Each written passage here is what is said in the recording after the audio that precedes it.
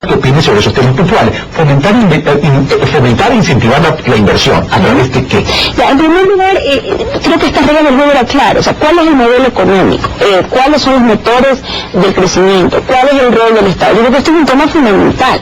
Porque si no se tiene la claridad acerca de cómo el gobierno prevé su rol, es muy difícil poder planificar o poder creer hacia el futuro. Ese primer punto. Ese segundo punto, yo creo que es un tema de tener incentivos para ciertos sectores donde las externalidades son tan positivas que el nivel de productividad e innovación en la economía crece y podemos ir hacia nueva matriz productiva. ¿Que tienen que ver con el tema fiscal?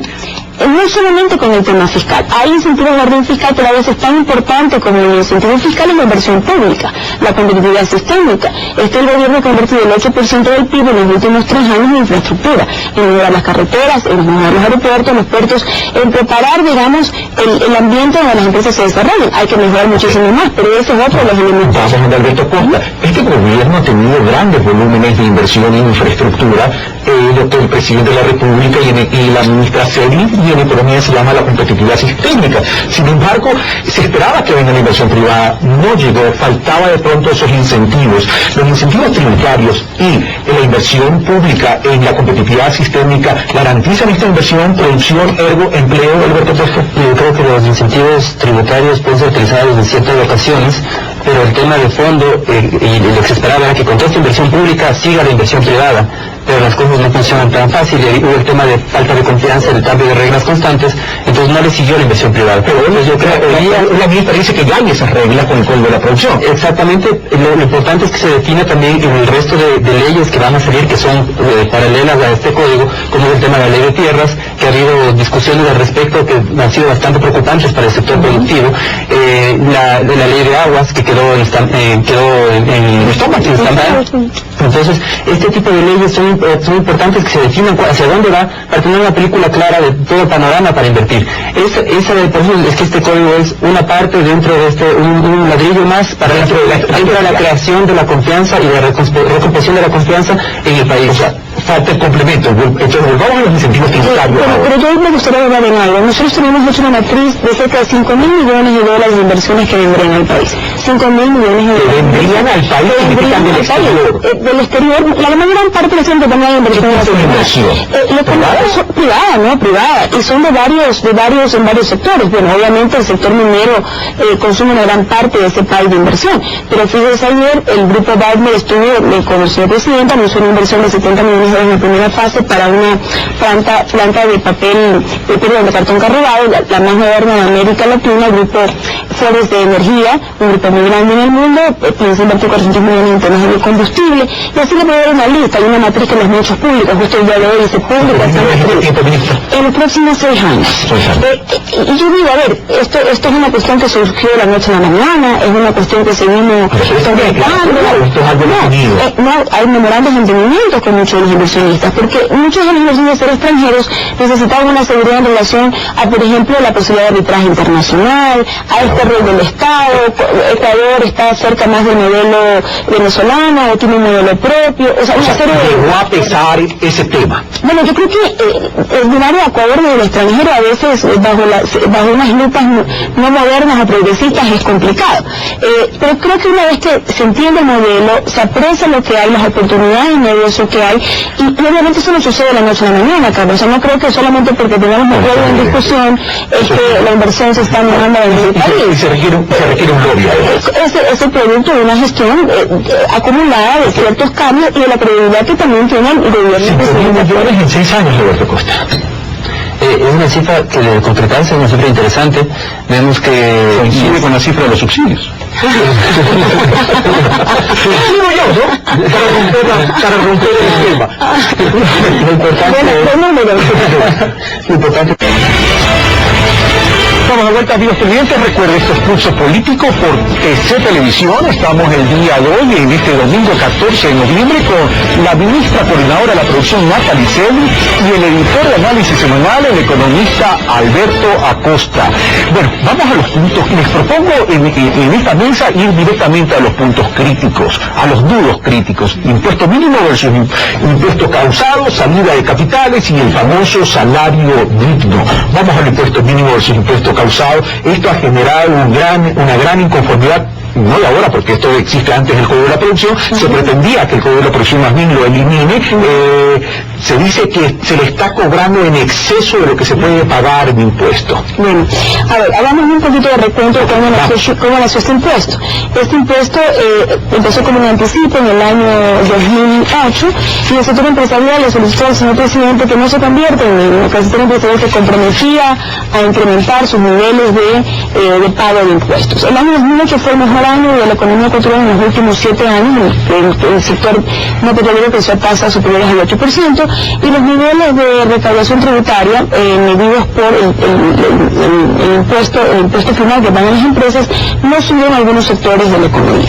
Entonces se decide el año pasado que el anticipo se convierte en un impuesto mínimo.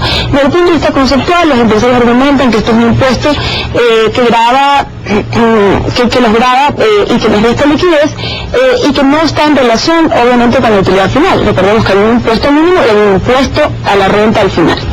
El impuesto mínimo, la fórmula más o menos es el 0.8% de las ventas. Es decir, para cerrarlo y hacerlo más fácil, 1% sobre las ventas. Es decir, para efectos didácticos se revuelve un 1% de las ventas. Entonces, para que eso coincida con la tasa actual del impuesto a la renta, una empresa debería estar generando un 4% de la utilidad gravable sobre ventas, ¿correcto? Eso debería ser. Entonces, si alguien está por debajo de ese 4%, pues está en problemas, porque ese impuesto mínimo es mayor que el impuesto causado.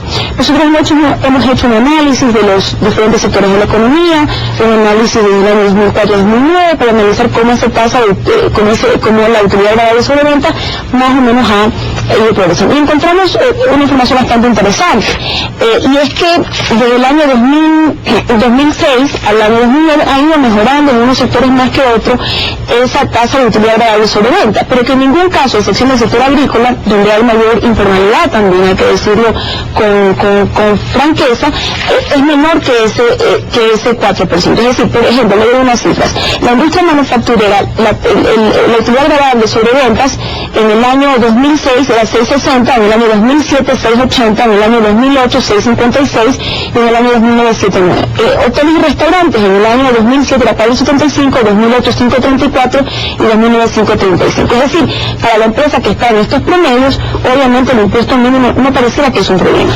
Y me preocupé por hacer una distribución por tamaño empresarial, porque uno diría, esto puede estar afectando a los actores productivos más pequeños de la economía.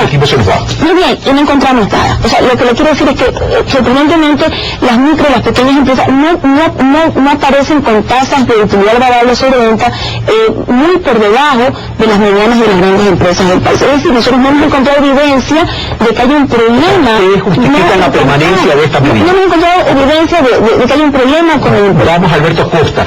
¿Coincide con la ministra? ¿Cree que esto afecta a la producción? Yo creo que definitivamente sí afecta, porque el análisis que hace la ministra es en cuanto a promedios. Y en promedios de sectores es real que está sobre los mínimos que les afectaría. Pero si analizamos a nivel individual de las empresas, vemos que de los 5.000 mayores contribuyentes, la tercera parte de los 5.000 mayores contribuyentes en el 2009 declaró una utilidad menor al 4%. Es decir, pagó por impuestos menos del 1% de sus ingresos. Esto significa que estas 1.305 empresas, desde 5.000, o sea, la tercera parte, son empresas que se van a ver afectadas por este cambio, van a tener que tributar un valor adicional. Entonces, y otras empresas que puede ser que no se vean directamente afectadas, pero van a ser el efecto de la disminución gradual de la tasa impositiva del 25% al 22%, se va a ver disminuido porque el impuesto mínimo va a representar un monto importante y el resultado neto puede ser que se mantenga una tasa impositiva como si fuera del 25%. Entonces hay empresas, definitivamente hay empresas que van a ver que se verán beneficiadas y van a sentir la disminución de la tasa impositiva. Hay un grupo importante de empresas a nivel individual que va a tener que tributar más, y esto de aquí a nivel de promedio es difícil de verlo, pero a nivel individual se ve que sí va a haber una afectación a un grupo de empresas. Ministra Celi, nos vamos a ver un reportaje después sobre la pequeña. Ok. Vamos a ver, puedo contestar. Bueno, en el tema, coincido que hay algunas empresas, pero lo que tenemos que preguntarnos es por qué esas empresas están tan lejos del promedio de rentabilidad del resto de su sector o de su sector. Puede ser un problema de ineficiencia o evasión. Entonces, esa es la duda que nos queda, y es por esto que se toma la medida del impuesto mínimo. A mí me gustaría simplemente aclarar, el código sí trae una solución para este ¿Cuál es la solución? Y es no castigar con este impuesto el crecimiento de las empresas. Es decir, todo lo que se incremente en activos, todo lo que se incremente en ventas, todo lo que se incremente a partir de la entrada de vigencia, de así decidir los asambleístas, pues no formará parte de la fórmula de cálculo. ¿Qué quiere decir con esto? Que no aceptamos el nivel actual de recaudación del impuesto mínimo, pero el impuesto mínimo en el tiempo se irá diluyendo. Y para las nuevas empresas, para los nuevos emprendimientos, no habrá impuesto mínimo por los siguientes 5 años. ¿Satisfecho, Alberto Costa, o con dudas todavía? Me preocupa ahí si esta regla para los nuevos emprendimientos coincide también con la regla de que debe ser en ciudades que no sean urbanas y no, para generales, para todo el país. Esto se quedó muy claro ayer, que